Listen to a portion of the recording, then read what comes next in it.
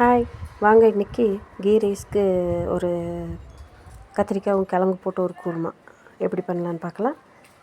என்னோடய பிளேட்டில் இன்றைக்கி மெனு இது தான். பாவக்காய் பொரியல் வச்சுருக்கேன். அப்புறம் இதை பாருங்கள், கிரேவி பண்ணியிருக்கேன். அதை வதக்கிறதுலேயே கொஞ்சம் தனியாக ஃப்ரை மாதிரி எடுத்து வச்சுருக்கேன். பழைய வெள்ளரிக்காய் வச்சுருக்கேன். இது கீ ரைஸ் வெந்துட்டுருக்கு. இது வந்து கொஞ்சம் ஆயில் ஊற்றிக்கோங்க. இஞ்சி பூண்டு பேஸ்ட்டும் வெங்காயமும் தக்காளி போட்டு கொஞ்சம் ஃப்ரை பண்ணிக்கோங்க. அப்புறம் கத்திரிக்காய் கிழங்கு வெட்டி வச்சுருக்கேன்னா அதை எடுத்து நல்லா அந்த வதக்கின இதில் போட்டுருங்க.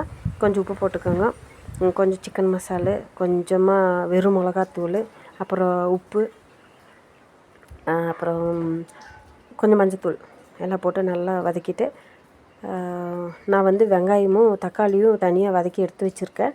அதை நல்லா கொஞ்சம் பேஸ்ட் மாதிரி அரைச்சிக்கோங்க. பார்த்துக்கோங்க, நல்லா வெந்தோடனே ஆயிலோடும் அதுக்கப்புறம் எடுத்து அந்த மசாலா வெங்காயமும் தக்காளியும் வதக்கி அரைச்சால அதை ஊற்றிட்டிங்கன்னா சூப்பரான கிரேவி ஆகும். நல்லா சுண்ட வச்சுருங்க. இன்னும் நல்லா அடியில் சுண்டுனா சூப்பராக இருக்கும் சாப்பிட. நீங்களும் இந்த மாதிரி செஞ்சு பார்த்துட்டு எப்படி இருக்குன்னு சொல்லுங்கள். தேங்க்யூ.